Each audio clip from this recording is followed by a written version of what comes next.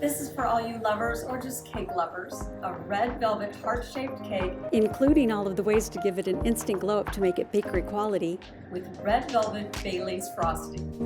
And I've got a ton of tips for you, including the scratch recipe to replace the box mix. It's simply flour, sugar, baking powder, and baking soda. To make it red velvet, just add 2 tablespoons of unsweetened cocoa and red food coloring. Or you can do this the easy way and just follow the instructions on the back of the box. Now let's look at all the ways to make this cake better. First, prepare your pan or 2 pans with cooking spray, parchment paper, and cooking spray. Now you can use 1 cup of buttermilk to make your cake more tender. If you don't have buttermilk, you can use 1 cup of whole milk or 2% milk with 1 tablespoon of lemon juice. Prepare this ahead of time so that it has time to curdle like buttermilk. Your next tip is you can use 1/2 cup of butter for better flavor and texture than oil. After melting it in the microwave, let it sit for 2 to 3 minutes before adding it to the wet ingredients. You don't want to add the hot butter to the eggs or it'll scramble them. Your next very important tip is to sift your cake mix or your flour if you're going from scratch. This introduces air into the mix, resulting in a lighter and fluffier texture. Now to deepen the red velvet flavor, sift in a tablespoon of unsweetened cocoa powder. The cocoa will react with the apple cider vinegar for the classic red velvet cake reaction that also makes the cocoa red anyway. If you don't have a sifter, you can use your fine mesh sieve or even a colander. It just won't be as finely sifted. Now set the dry ingredients aside and in a large mixing bowl, add your melted and cooled butter, then 1 tablespoon of sour cream, and 1 to 2 teaspoons of red velvet Bailey's. If you don't have it, you can use 1 teaspoon of vanilla. Now 2 teaspoons gives it plenty of strong flavor. Now you're going to add 3 eggs, beating 30 seconds after each egg just until incorporated, and keep your mixer on medium speed.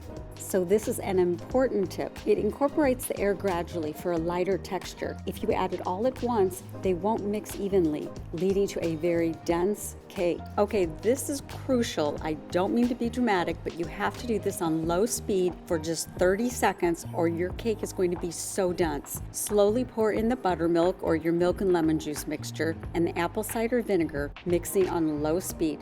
Now keeping your mixer on slow speed, gradually add in the dry ingredients. You want this to take less than a minute, then you can increase your speed to medium for just 15 to 20 seconds max. Overmixing develops gluten, making the cake dense instead of soft. You can weigh the batter and divide into 2 pans, or do as I did and put in 1 large heart-shaped cake pan. Bake in a 325-degree Fahrenheit oven for 25 minutes. Let it cool in the pan for 10 minutes on a rack, then remove from the pan and let it cool on the wire rack for about 10 minutes more.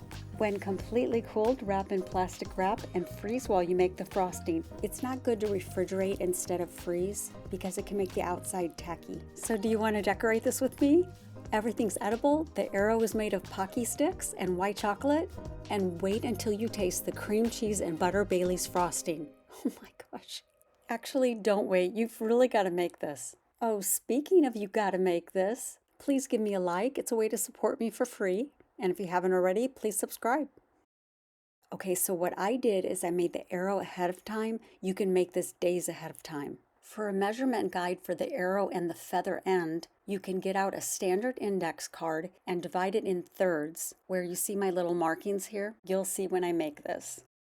I used strawberry Pocky sticks, white chocolate, and edible gold dust. Melt the white chocolate wafers in the microwave for 30 seconds at half power. Stir and then microwave for 15-second increments as needed. Pour it in the piping bag when it's not too hot anymore. Then put the index card under some parchment paper and bring the strokes of the feather out to the guidelines. So you could pipe a delicate feather on the Pocky stick or make a very sturdy one like I did. I made a feather base and now I'm going to attach the Pocky stick and then make very thick feather strokes on top. Then I used a scribe to draw the line down the center and feather out the edges of the feather. For the arrowhead triangle, you want to extend the lines so that you know where to cut because you'll be covering up the triangle.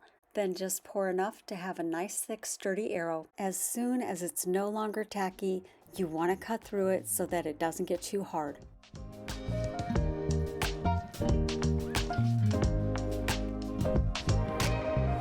Then glue Glue it to the other Pocky stick with your white chocolate and let it harden. Then add some vodka to about 1/2 teaspoon of edible gold powder and stir until you have a nice paint consistency. Then with a food grade brush, paint everything gold with a feather, and that's it.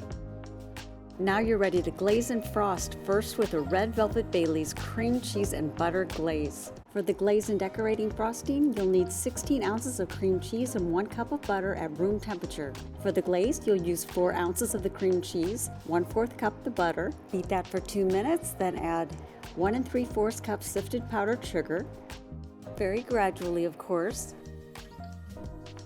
1 tablespoon of red velvet Bailey's, 1½ tablespoons of heavy cream. If you don't have red velvet Bailey's, you can use a touch of coloring and a teaspoon of vanilla extract. Place strips of parchment over the edges of your cake plate. Then you're going to pour the glaze over the cake and let it run over to the sides. Then use warm water and an offset spatula to make it smooth and glossy. Then put it uncovered in the refrigerator. And now for the cream cheese decorating frosting, which is basically the same without the cream and Bailey's, but I have an important tip for you. And to get these pearls from tiny to large in all 3 colors, I'll put the Amazon link below. So this is like deja vu, basically same ingredients, different measurements. Sift 4½ cups of powdered sugar. And now you're going to use the rest of your room temperature cream cheese and butter. That's 12 ounces or 1½ blocks of cream cheese and the other 1½ sticks of butter or 3/4 cup of butter. Beat the butter and cream cheese starting at low to combine, then increase your speed to high for 2 minutes until smooth and fluffy. Gradually add in the powdered sugar on low speed, then increase the speed to medium-high until well incorporated and fluffy, about 2 to 3 minutes. Then add 1 teaspoon of vanilla extract. While on low, then increase the speed for 30 seconds to fully incorporate. This will ensure a smooth, creamy, and well-aerated frosting. Now here's a tip. I found that a Yeti cup holds the pastry bag way better than just a glass. So you'll want 3 colors of frosting. 1 small bag of white for the scrolling lines and one of the roses or a small flower shape. About 1.5 cups of a medium pink that's darker than the glaze. For a ribbon around the side, 1 rose or flower, and optional dots around the border. Then a dark contrasting color. You might like traditional red, or you might prefer mauve or dusty rose for a more subtle color scheme. You'll use this color for the largest rose and the ruffle border, so just add a touch of burgundy to the remainder of the medium pink. For the sides, I piped a ribbon along the center because the top is going to have a ruffle, and there'll be a shell border below it. Now as for the ruffle, I am so sorry my camera was off when I thought it was on, and I wish you could have seen it. It was one of those #satisfying videos, but it was so easy. You just take a large star tip, aim it straight down, and apply pressure as you turn your cake. For inserting the arrow's Pocky sticks, I lined up the diagonal using a chopstick and also made the holes in the cake because the Pocky sticks are very delicate. And now for the finishing touches.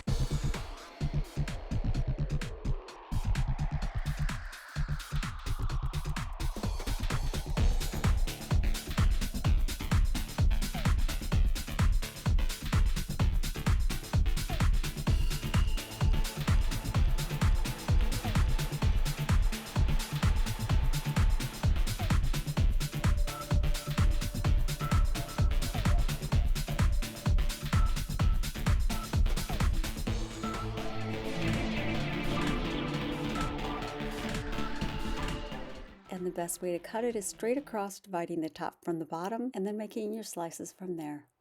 And you gotta make this. And to see all of my videos, don't forget to click subscribe. And if you want a dinner to impress, go with Chateaubriand. And this video shows you how easy it is.